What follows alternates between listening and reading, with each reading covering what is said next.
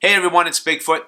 Today I'm covering a topic that I haven't spent a ton of time in the past talking about, and that is how much food should I start a thru hike with?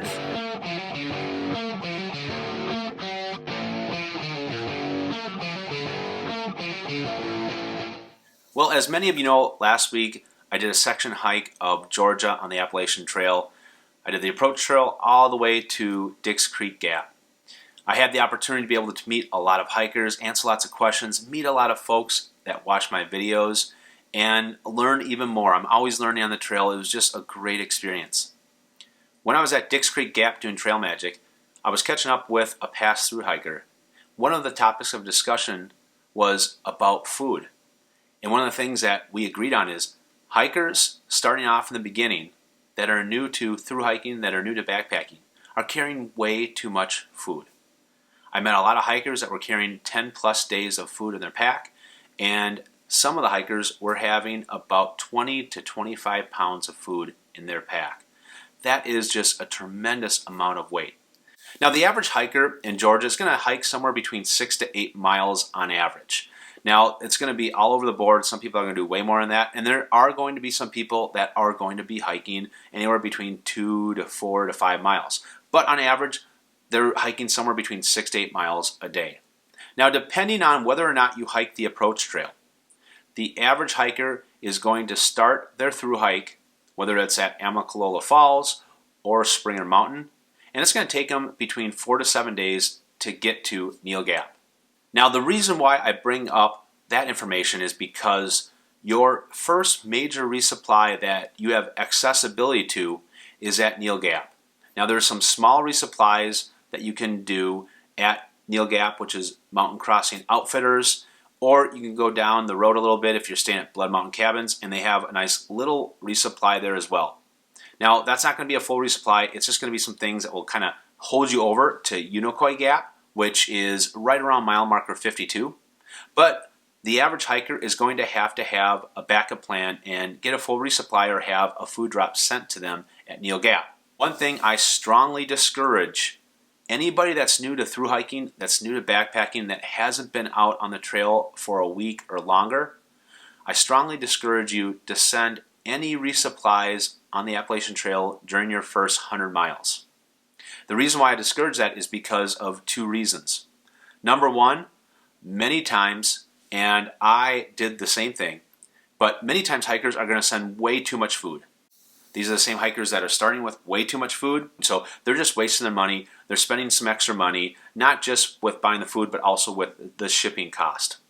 The second reason is during your first couple hundred miles, your tastes are going to change so much. What you thought was going to be great in the beginning and good to eat is going to be totally different as you get down the road.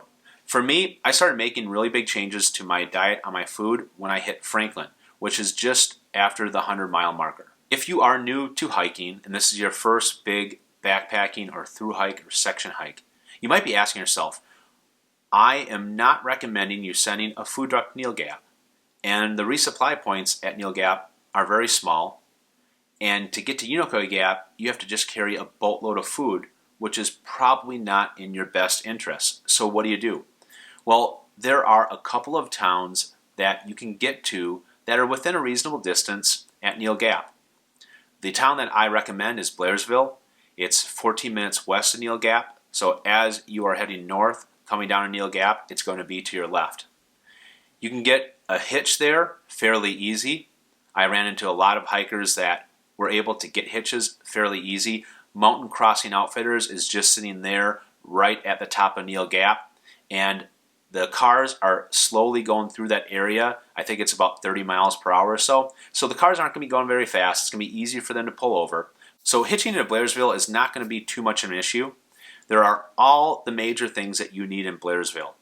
And they have one of my favorite resupplies, which is Ingalls. I would highly recommend, for those of you out there, that Blairsville would be a great resupply at Neal Gap after your first 30-something miles out there on the trail. Well, going back to my original topic, which is how much food should I bring when I start my thru hike? Everybody's body is going to work a little bit differently. Some folks are going to hit their hiker hunger within their first week, And some people like me aren't going to hit it for a few weeks. It really depends on your body, what your diet is, and how it responds to the trail. But to help dial in what you should be bringing, I do have 5 different tips for you.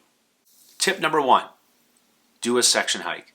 If you have the opportunity to be able to go out on the trail and spend 7 to 10 days out there, that is a great amount of time to really understand A, what you're getting into, but B, an understanding of how your body is going to respond to being on the trail for that long. Now, if you can do this on the Appalachian Trail, I think that's fantastic. I think hiking from Springer Mountain to Neal Gap is a great section hike. A lot of people drop off during this portion, so this will give you a real good taste of what you're getting into, and not to mention will really help you dial in what kind of food you'll need during that first section of Georgia. Tip number 2, weigh your food. I highly recommend having 2 different scales. One scale is just your general food scale. You'll use that for weighing any single piece of gear.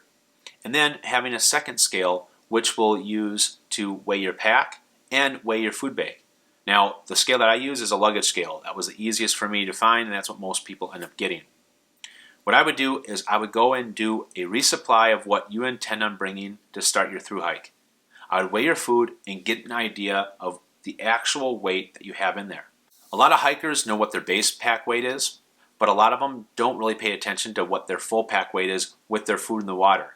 They don't really realize it until they get to Amicalola Falls and weigh their full pack. So I highly recommend weighing your food in to kind of get an idea of how much actual weight that your food weighs. Keep in mind the average hiker is going to be hiking somewhere between 6 to 8 miles a day, and the average person is going to take between 4 to 7 days to get from Springer Mountain to Neal Gap. My third tip is to buy some Ziploc bags and to separate your food, each day's worth of food, in its own Ziploc bag. Now this is going to help kind of ration out exactly how much food you need for each day, but at the same time it's going to help you eliminate a lot of the unnecessary foods. Once you kind of put everything together and see how much food you actually will eat each day, I think you'd be surprised with how much food that amounts to. And when you have it all in just one big dry food bag, it's really easy to kind of lose track of that. My fourth tip is, if you don't eat it, don't carry it. Now that seems like common sense, right? Well, let me tell you about real world on the trail. You're going to be resupplying in town all the time. There are going to be things that you're going to crave, and you're going to have to buy packages of multiple bars or multiple oatmeal packets, whatever it might be. Many times, if you don't have someone to go in together with you on that food, you're going to have a lot of extra food that you're really not going to need in between resupplies.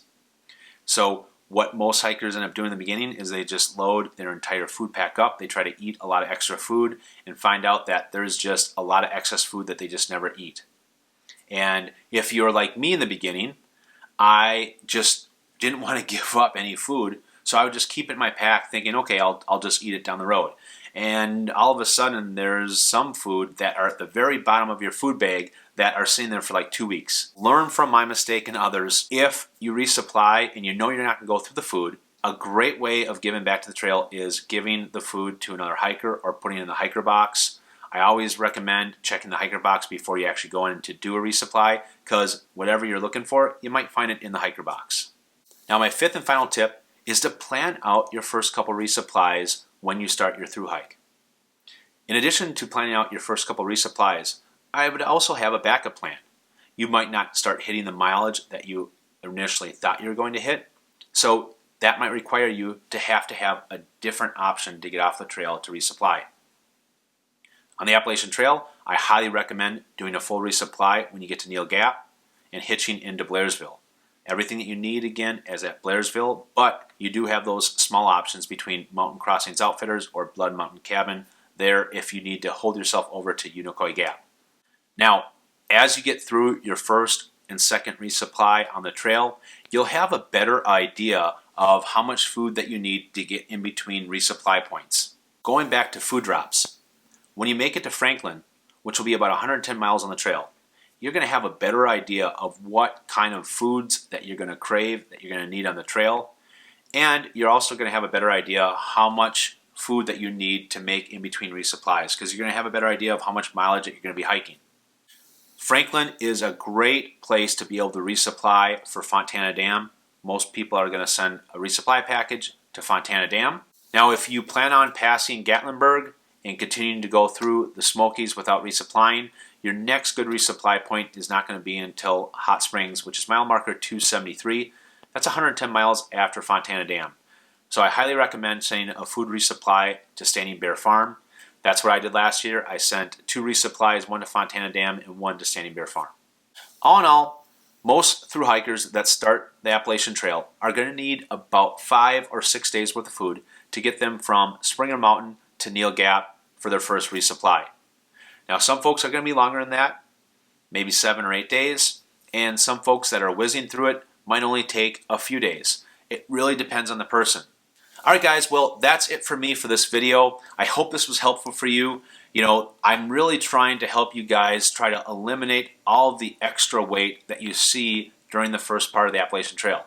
When I started my section hike, I literally saw a 3-pound tub of peanut butter within the first mile of my hike after Springer.